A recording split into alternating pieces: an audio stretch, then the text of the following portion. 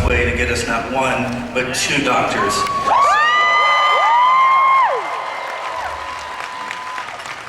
Just make sure you thank them for doing that for us, because they really came through for us. First, we would like to introduce the 5th Doctor, Mr. Peter Davison.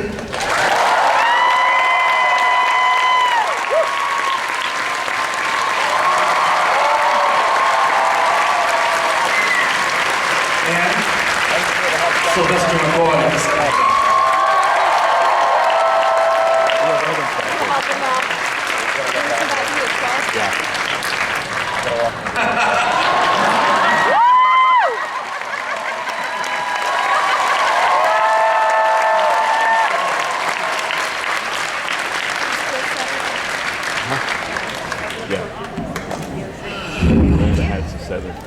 Thank you both for coming today, by the way. We really appreciate you coming all the way for our convention.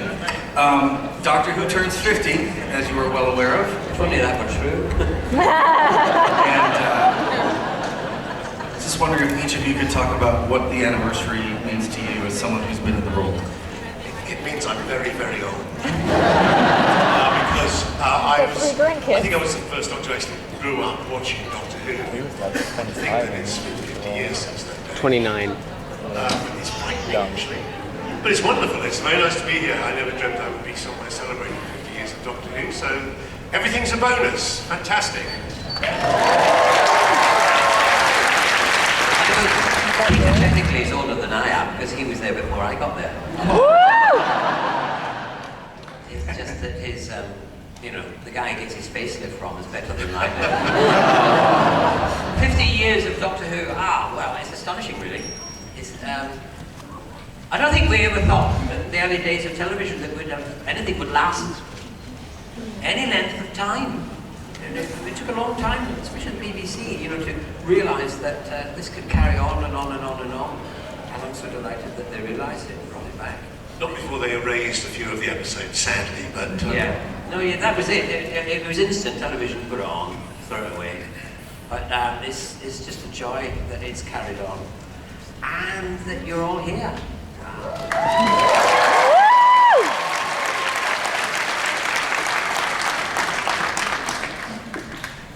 I know you guys are doing something for Big Finish for the birthday, and we'll talk a little bit about that from what we can.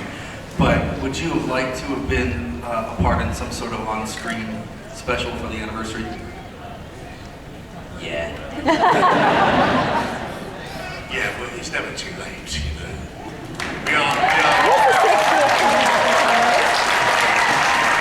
When we're not having fabulous times at conventions in the USA, we're sitting at home waiting for the telephone to ring. We probably will be up until about the 19th of November. And then, hopefully, you never know. Then you never know. Something might turn up. I mean, we're trying bribery, trying everything. And did you make any calls, to say, hey, Stephen, am I in this, or what's going on, or did you let them come to you? Yeah, Stephen refused to take my calls. I tried, did my best for you, but... What, really? He wouldn't take my calls either. No, nothing. I told him I was in The Hobbit as well. Really? Yeah, and I said I could get Peter Jackson. Did you really? Yeah. Now that would be direct. That would be a coup if we got Peter Jackson. Yeah. They said they hadn't heard of Colin Baker. Who's Colin Baker, they said? Well, he's loud enough. How could they not heard him?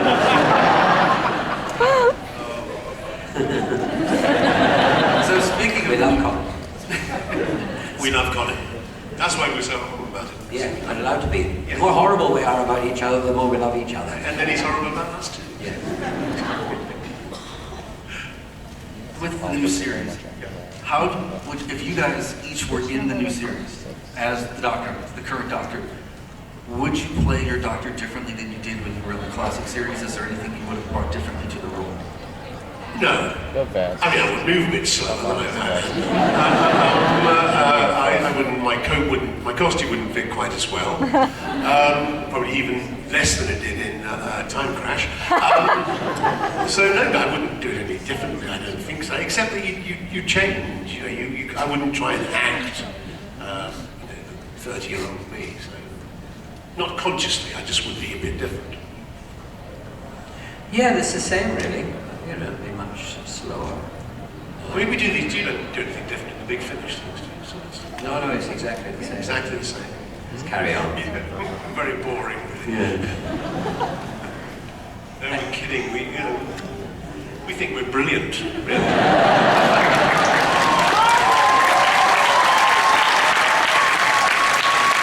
What are you guys doing for Big Finish for the anniversary?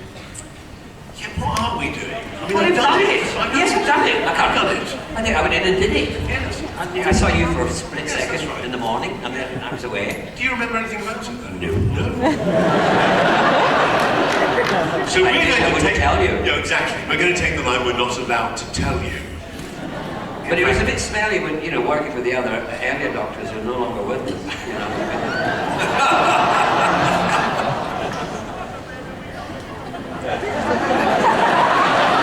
I'm only joking, aren't I?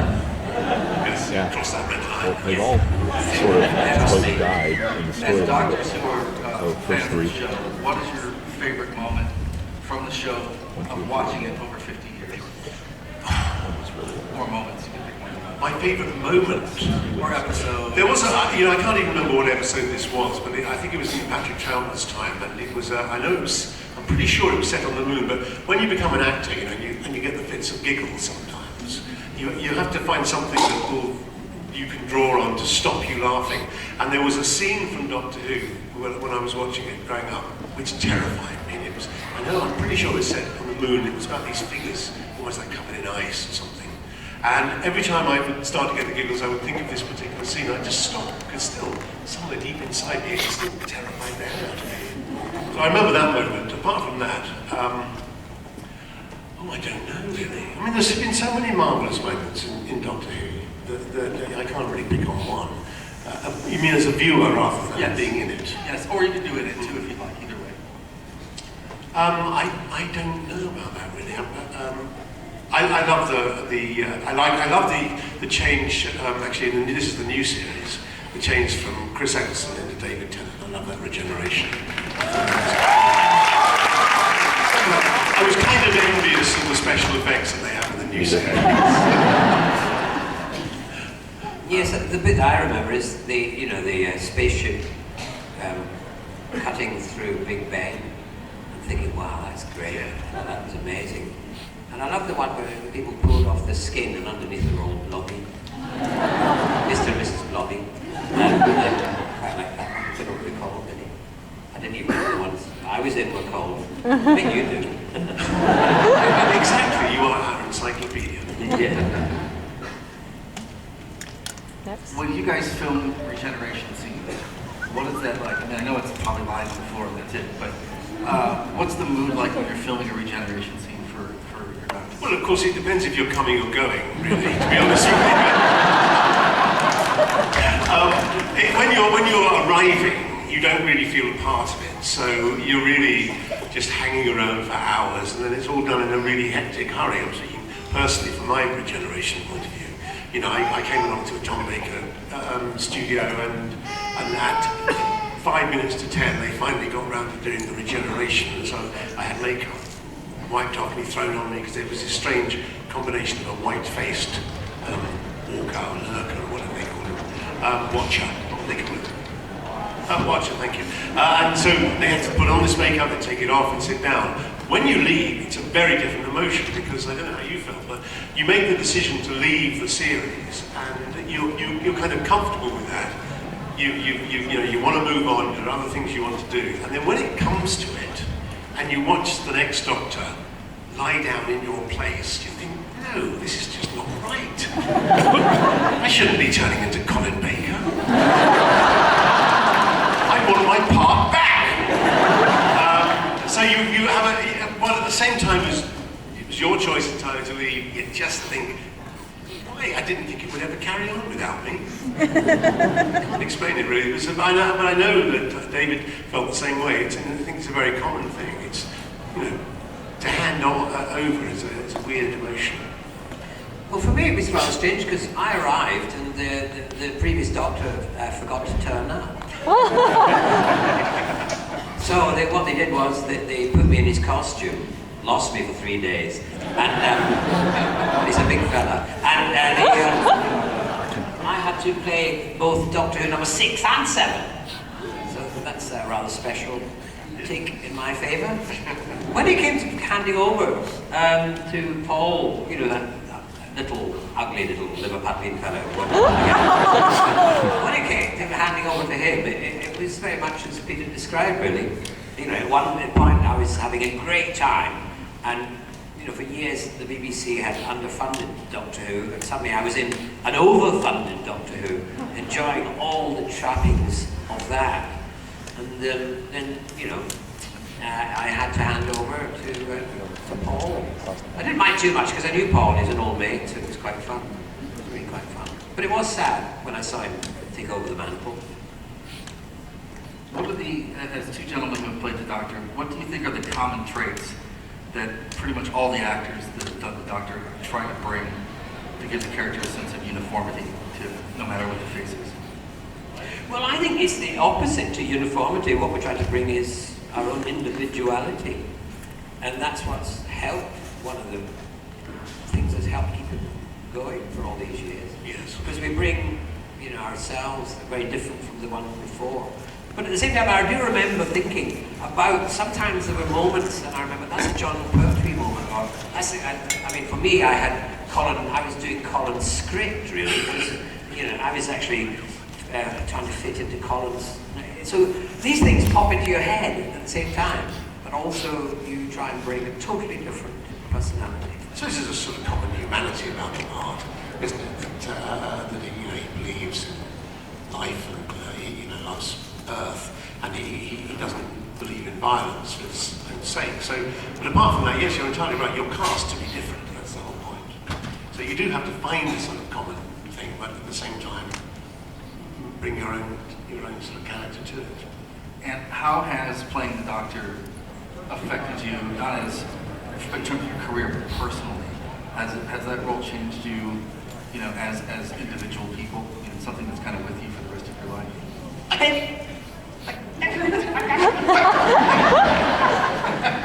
don't think it has really. No, I don't think it does in that sense. Apart from that, any part you play might expand the way you think. But I can think of many other parts you played that have done that more so than the Doctor. It's a great part to play. It's a fantastic part to play, and you are, in many senses, a role model. But I don't think it's changed me into a wonderfully benevolent person. I was always that. This had no effect on me whatsoever, not whatsoever. It never affected me at all. I'm not the Doctor. I tell you, I'm not the Doctor. It never affected me whatsoever.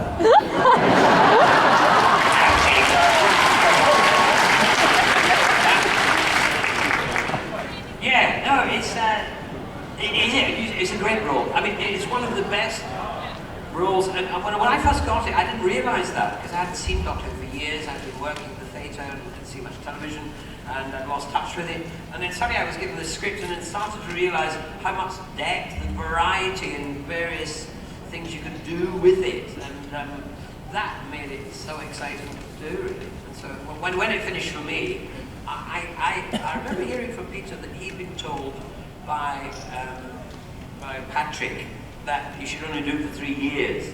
I remember you telling me this. And in my head I thought 3 years. And then when the second year, John Nathan Turner came to me and said, we want to do a 4th season with you. And I said, oh, well, And he said, well, if you don't do a 4th season, we won't do a 3rd. Oh. And so I went, what a responsibility. So then I said, okay. And then they twisted my arm. And at the time, I was only doing 15 episodes a year, so I was having, as an actor, a great time. I had this job on television. I could go off and do theatre, quite long periods to do other work. The 4th year was going to be 26 episodes, the whole year taken up.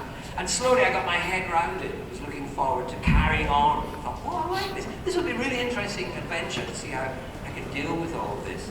And then they came along and changed their minds. Cut it, so that was very sad and tragic for my bank.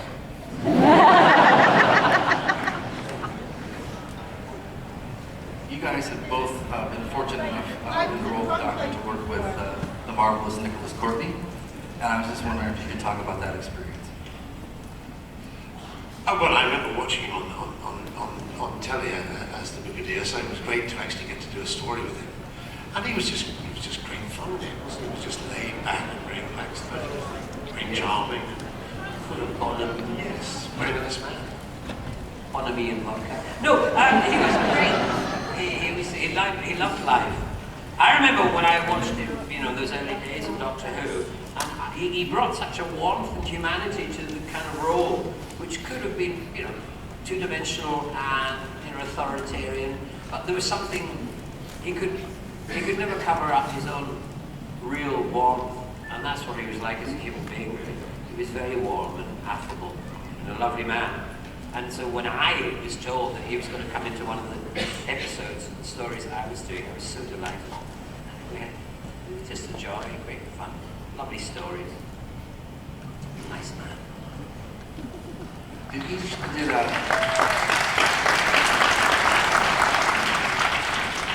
of you play jokes on your companions on the set? I mean, I know there's a lot of joking around in the show, but can you each sort of tell us a practical joke you played on any of your co-stars? I didn't really play practical jokes. No, You didn't do anything to Matthew. We did lots of things to Matthew. Yeah, but I don't think any of them would come under the heading of practical jokes. Okay. But we just had it. It was just immense fun. I mean, sometimes we had too much fun, probably. They had to sort of calm us down a bit and get us back down to work, because the schedules actually were fairly punishing. And I don't know about when you made it, but when we made it, they either VT, video tape people, or the lighting department would switch off the lights or turn things off at 10 o'clock. And if you hadn't finished by 10 o'clock, then you lost it. You lost the end of the episode, or you lost certain scenes unless you were able to remount.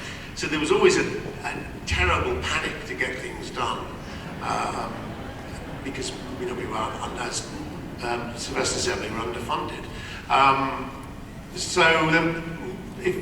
There was a lot of sort of mucking around, a lot of silliness, but in the end we had to get down and just do the work. Well, we've got two doctors here and a lot of people, so I'm certain people want to ask questions. So we have Alan and Rob both have microphones, so if you want to find them, they will take care of getting questions for both of the doctors. And while we're doing that, can you guys talk a little bit about location filming and just what you guys thought of filming on location? For location filming, we should be so lucky. Well, you got to go to Lanzarote. No, we did. Where did you go to? I went to the desert of Dorset. Did you? You know the big sand pit? I went to the sand pits. You went there? Our last story, I was in the sand pits, yeah. Dropped Nicola Bryant. But we did get to Lanzarote. Yeah, you were lucky. I didn't get anywhere. During that time, John Nathan... Barry Island is where I got the exotic park. Now, John Nathan turned in fact a holiday in my time that we'd have location filming in Lanzarote. And then we went to Amsterdam. Yeah, no, you had it easy. It was great. Yeah. No, because he used to steal bits of money off each episode for the holiday episode. Yeah. Whereas I only did 15, so we could only afford to go to Wales. Right, yes. and Lanzarote ended up with time flight, so it's not good. No. And do we have our first question? Hello, can you hear me? I can hear you, but I don't know where you are. I'm over here. Oh, Wait, hello, wait. hello. Hi, this is where one of the question lines is. Okay. I understand that this is highly unlikely, but in Doctor Who, as in science fiction, never say never. If you were to play the Doctor again now, like he regenerates, and it's you as an actor and you're playing the Doctor again, how would your portrayal be different this time around with the new special effects? But if they were to regenerate into... So I understand that's very unlikely, but it would be fascinating to see. I agree. Let's not choose any more new actors, let's just have the old ones back.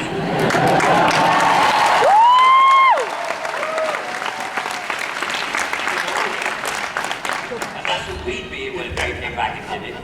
Older, Yes. slower. Exactly. I think we take on the mantle a bit more of it now being a prestigious show. I mean, it was always just as popular as it is now, but now it is the BBC's, perhaps the BBC's most prestigious show. It's their kind of leading programme, Doctor Who.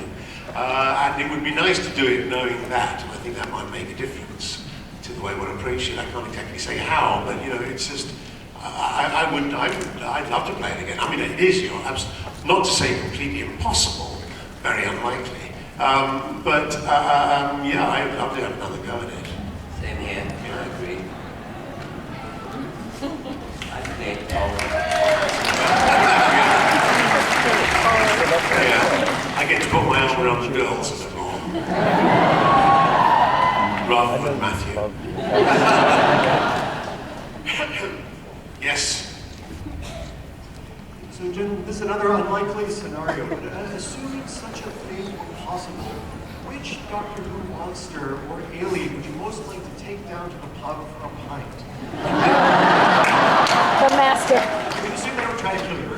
Well, I quite like to take the Rani down.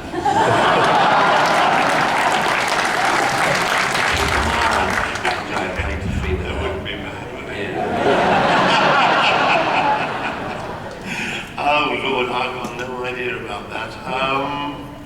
I think I'd take my old pteroleptals back down to the pub because they'd be so slow actually, they'd never get to the pub. Maybe that's not a very good idea. No, they'd be slow to get their round, wouldn't they? It would be, yes. They'd spill the drinks. Yeah. I'm sorry. The master.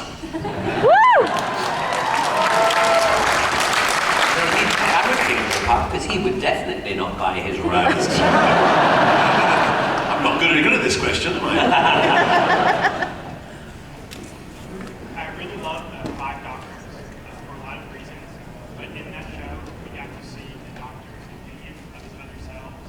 I was wondering what you think your Doctor. What to Faded into You faded, just speak up.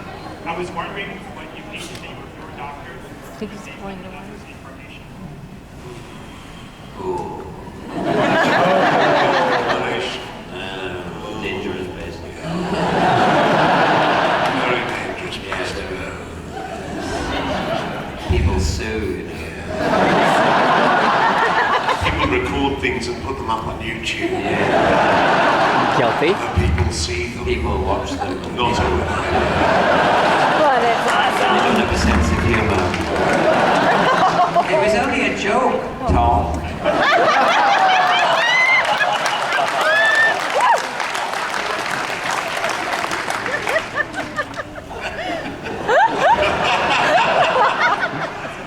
Go to your room.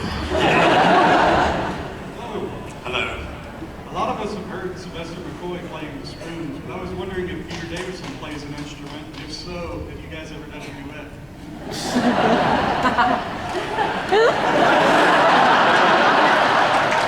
Well, that's interesting.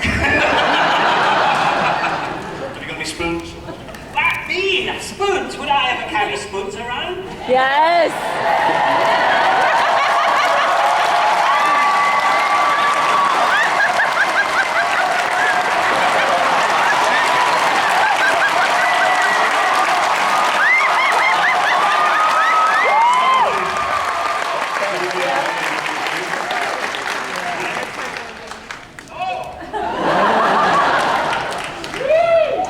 Mine's bigger than yours.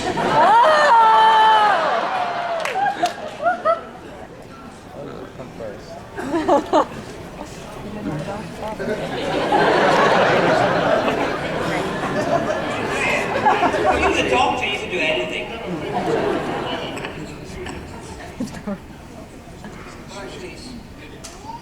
Can't go one.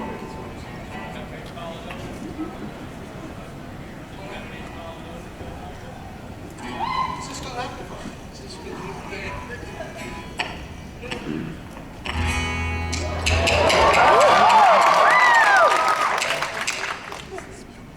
Sorry, as you can see, I don't win. You're willing to have a go. Is he getting up on the chair? No, he just brings me up there.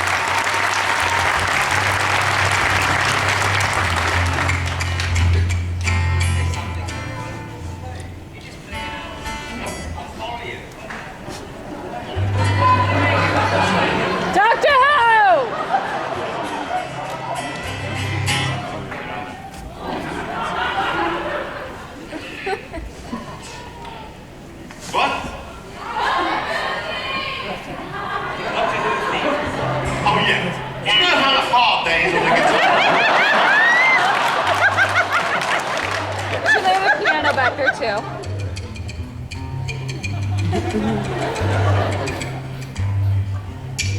In the first year of his service, young officer McCoy proved the police chief's wrong again when he tidied up New York. He bought in 99 murderers and 65 robbers, 10 rapists. You'll agree that that ain't bad for a raw recruit who was stuck on point duty.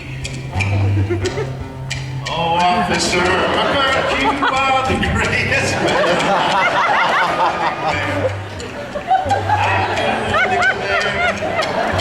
And I do believe I'll learn to love you yet.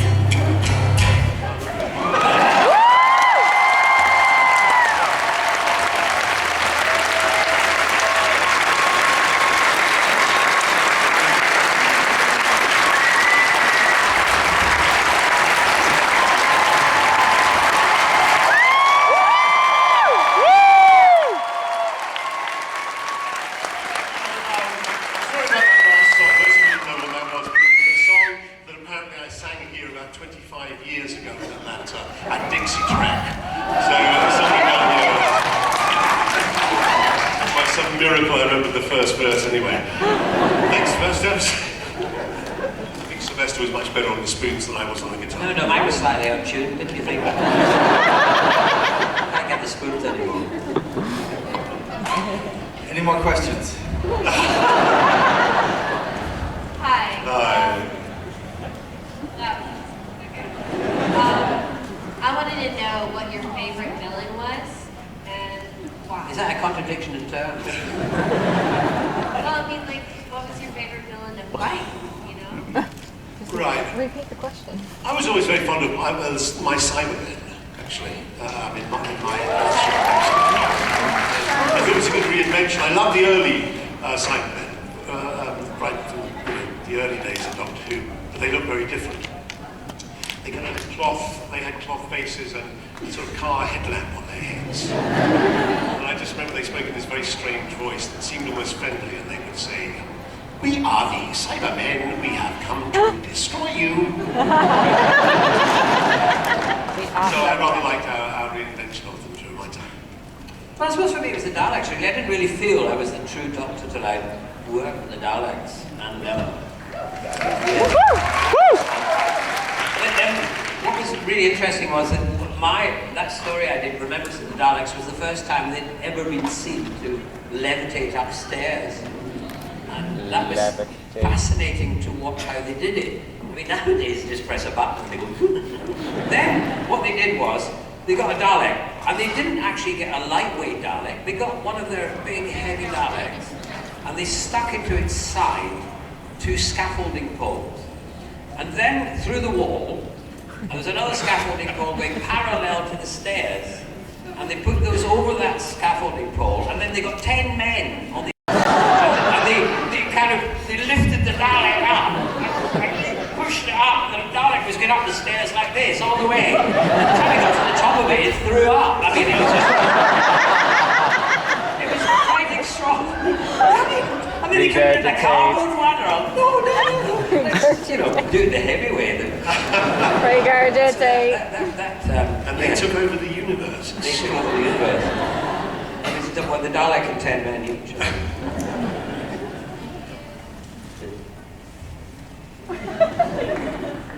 Hi. Hi.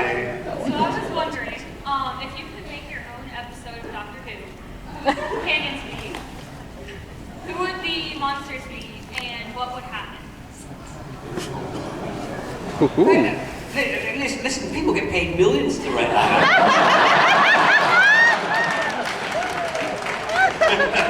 Well, BBC, not so many. That's a very difficult, isn't it? Well, yes, I mean, you mean who you mean of the companions there have been, do you mean? The kind of companions there have been? Any companions? Well, you go for Matthew, wouldn't you? No, Matthew's dead.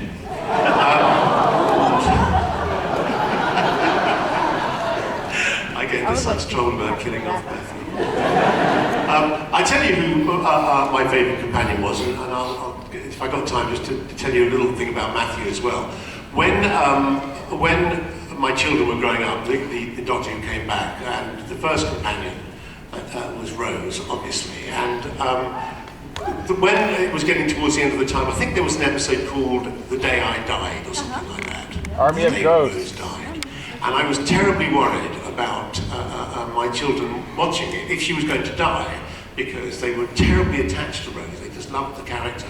And so I sent an email to Russell T. Davies saying, look, Russell, just could you, I know you don't want to give anything away, I won't tell anyone, but could you just tell me, does Rose die in the episode next week? Because if she does, I don't think I should let my children watch her. I want to pre-warn them.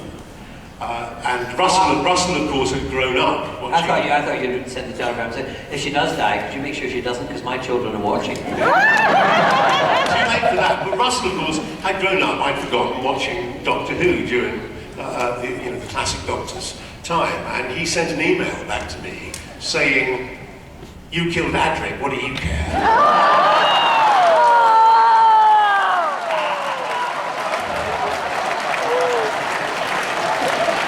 And in answer to your question, I would choose Rose as my companion because I think she was the best.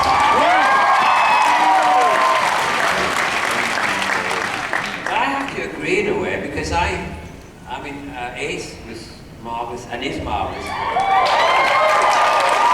But there was always an imperfection and it was nothing to do with Sophie, it was to do with the producer. They wouldn't allow Sophie to speak with a street, cred accent, because they were worried about the American audience, and that's why they wouldn't. So you always felt, well, I wish Ace was a bit more, talking like. And then when Rose came along, I thought, that's Ace, 100%. She's arrived. This is what we want to do, And Sophie feels the same. If only she could have been allowed to be, then. So that's why Rose is the kind of perfection.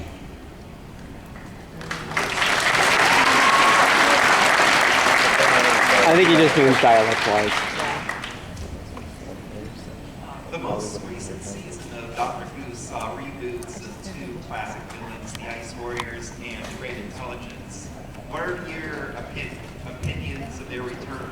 And what features, what villains or monsters would you like to see get a reboot of future Doctor Who?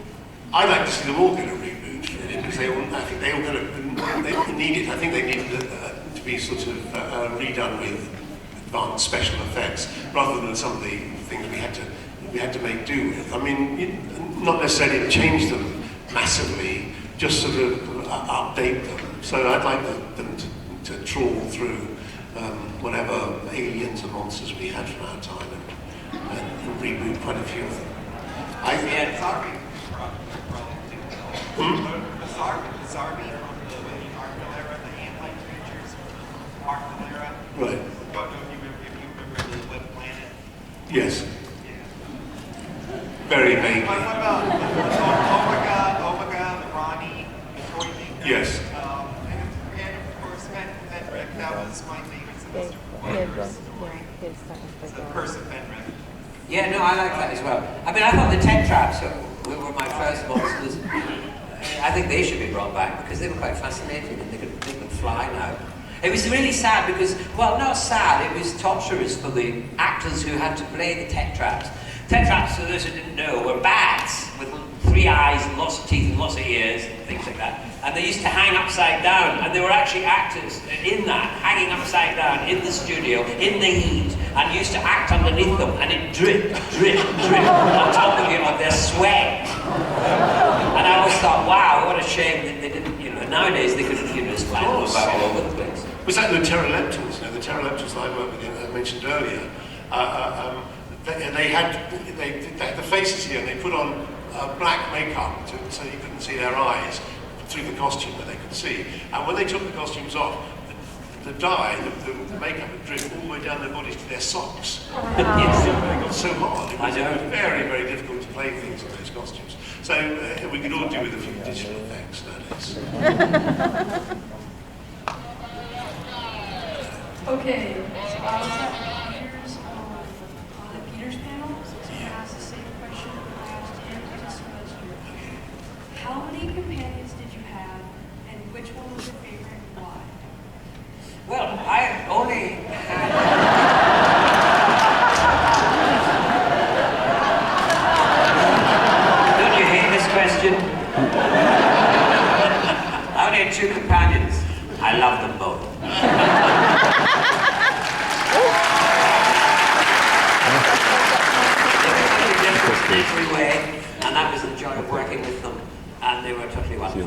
they still are.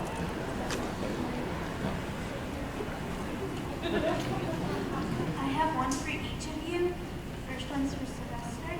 I was wondering, the last episode of Doctor Who's right now, there were, how did you think of it? Have you seen it yet? I haven't seen it, no. It aired when I was in New Zealand filming. The Hobbit? Oh, you heard it? And so I actually missed it. And then when I got back, it aired in New Zealand, but I'd left by then, so I kept hearing bits and bobs about it. But they used scenes, did they, of us? I think those little scenes in Yeah. yes. Yes. What did you think of it? I thought it was fantastic. You thought it was fantastic? Great. I look forward to watching it, because I haven't seen it either. And then I've got one for, Okay. is that celery? On your jacket? Yeah. Is celery here? Yes. Probably fake. Hmm? Probably fake. Probably fake. You think this is fake celery? This is real crocheted celery.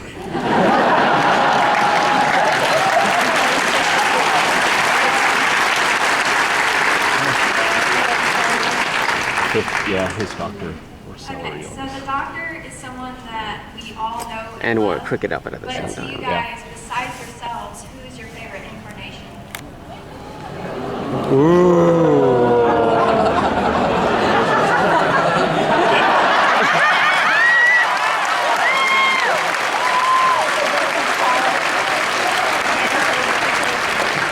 Well, for political reasons and my personal safety, I'm going to leave David Tennant out of this equation.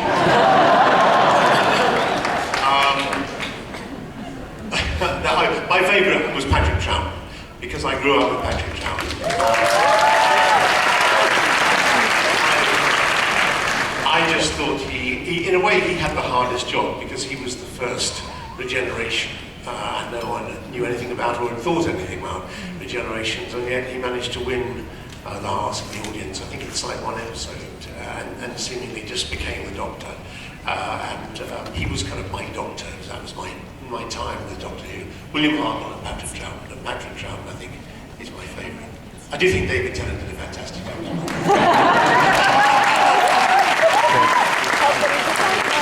Yeah, was my very first Doctor I ever saw, and I, thought he was amazing as well. And I concur with him taking over. If it wasn't for him, we wouldn't be sitting here today celebrating 50 years of Doctor Who, I think. Very true.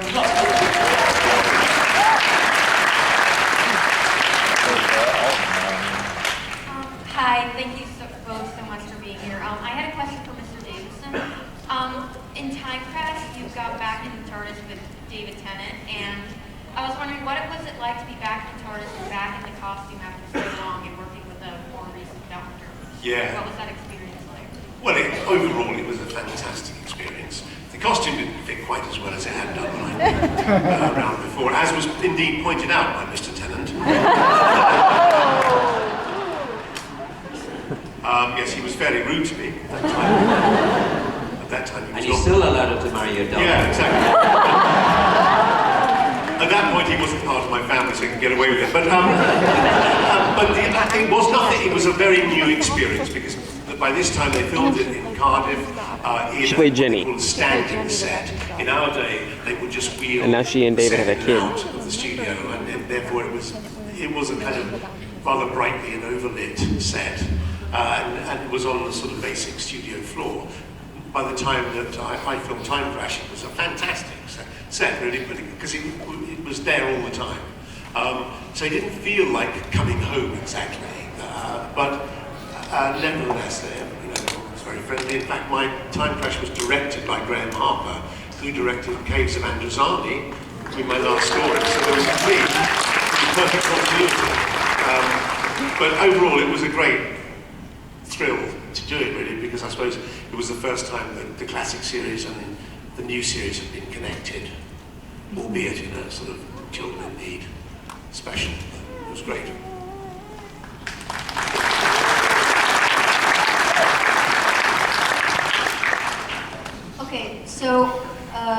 Peter Davison. So, your doctor always has a fresh stalk of celery on his jacket. So, is there a celery plant on the TARDIS?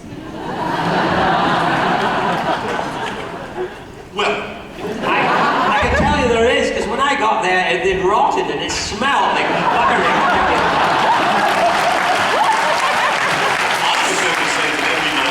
Every night I would put the celery in its own little time machine and send it back 24 hours. And so the next morning I would get out the same piece and get strangely fresh. Actually, that wasn't a real stick of celery, of course. I don't know, that's going to destroy the illusion for you. I'm very sorry about that. He's a vegetarian. And the other thing is I didn't like celery. I just don't like celery. I don't mind wearing it on my lapel, that's fine. But for me, this crocheted celery would taste nicer.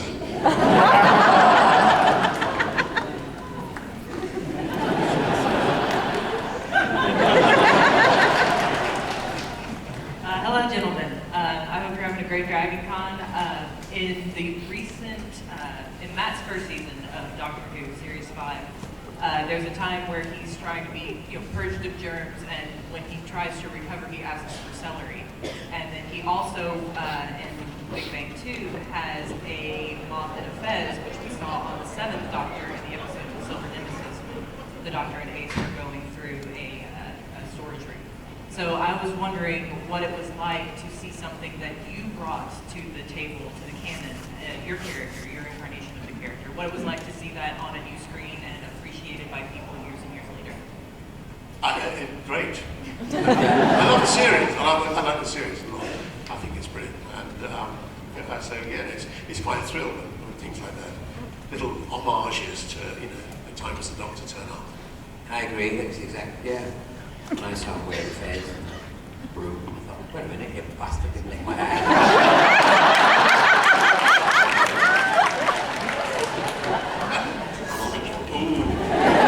The big 10-minute sign has just been put up, by the way, Sylvester, I saw it. Somebody held up a big 10-minute sign. We've got 10 minutes left, everyone. Yes? Hello. Do better out in our TARDIS. We have all the time in the universe. There's a rumor going around about how some of the classic Who episodes that were lost may be revived. And so I was wondering, what do you think about this possible revival of this lost episode? I think it'd be a great idea if they could do it. I think it would be, be really quite interesting. Why not? I've heard that they've done it with cartoon. Yes. Filled in bits of some episodes of the whole story. They've got maybe the first, I don't know, the second or the last of the whole story. They've done cartoons, but no, I think it'd be a great experiment. I think it'd be great for people to see. Yes. Yeah. It would obviously take quite a lot of time and effort, but I think they would be appreciated. Yeah.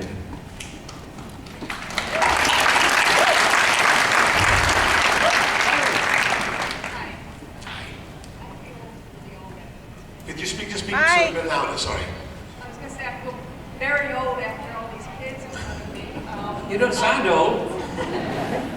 I'm one of the people who found Doctor Who on PBS back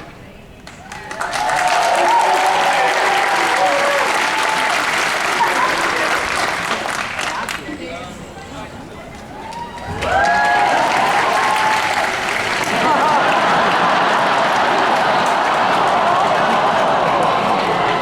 Say something nice about Sylvester quickly.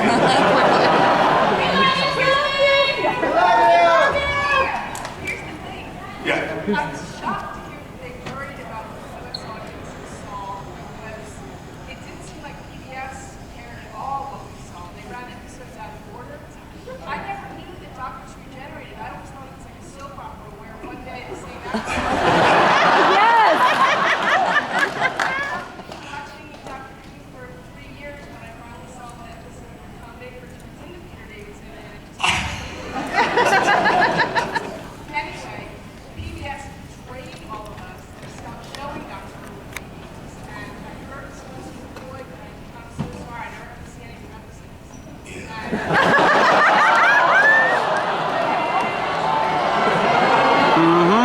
But if you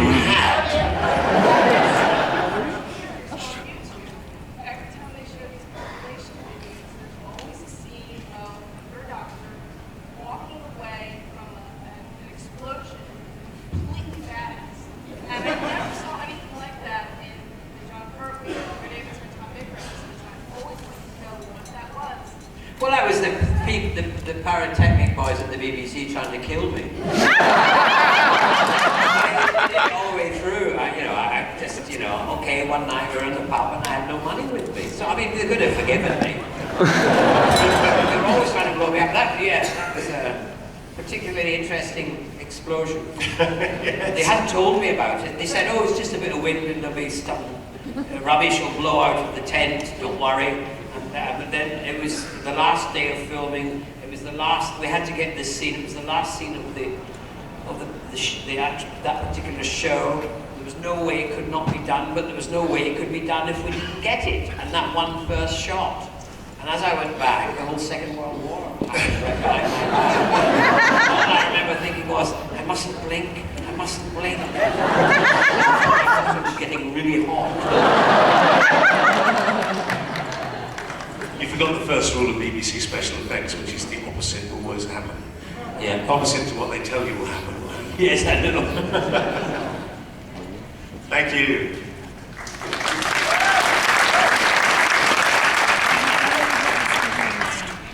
Kai. I just wanted to know what it's like for you when you see somebody dressed up as It's kind of nice, actually.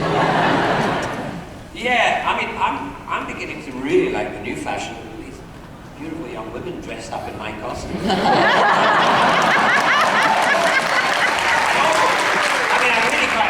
I'm really quite excited about the TARDISes that are around all over the place. I keep looking at those TARDIS dresses. Oh, I must get into my TARDIS. Oh, Sylvester, you dog you. Sylvester, you dog you.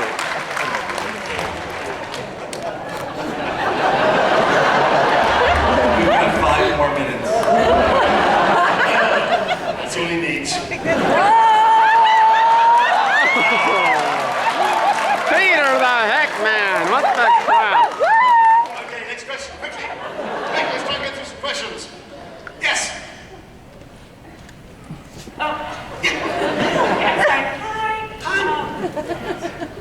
I'd like to know, what do you guys think happened during the time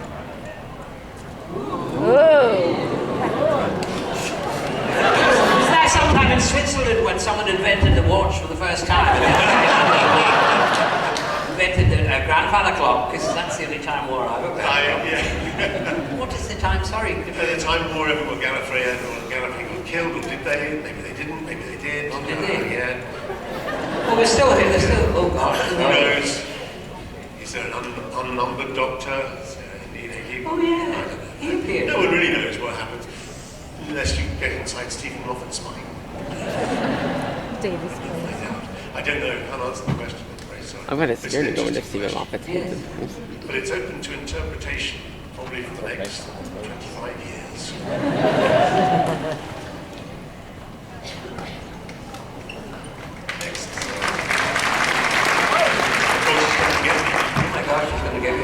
Oh, I see, she's second after.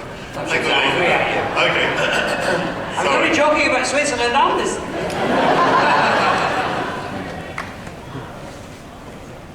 Okay, can we have a question? Please. It's coming. Oh, there is. Gentlemen, since you play roles so beautiful, if you had one piece of advice, Let it kill.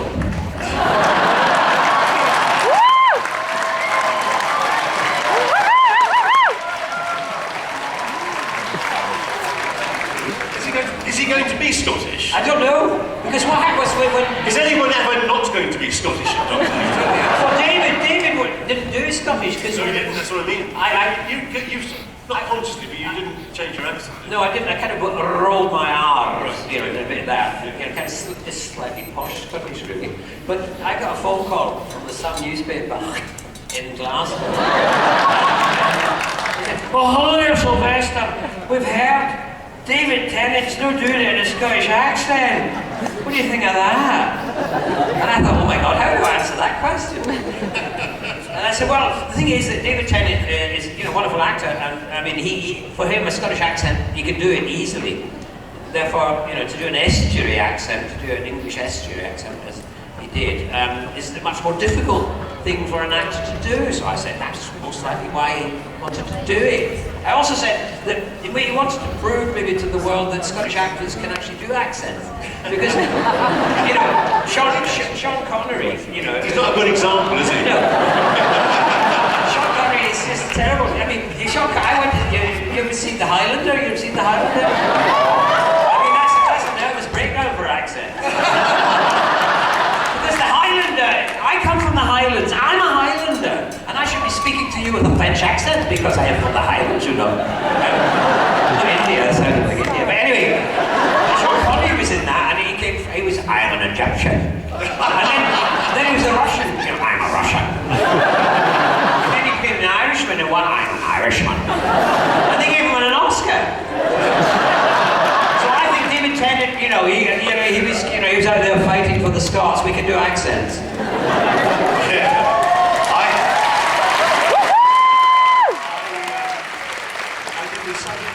About 2 weeks ago where they introduced Peter Capaldi to the world, and at the end they said to me, "We're going to walk on, and you can say something to Peter Capaldi."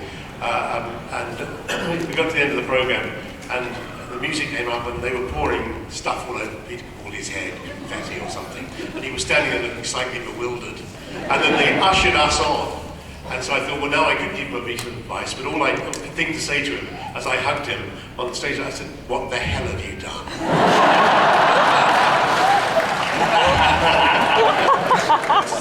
Yeah. So sadly, we are out of time with both our doctors. But they are both at the Walk of Fame. It takes forever to get in. And thanks to DragonCon again for bringing both of these gentlemen here, and thank you guys for coming.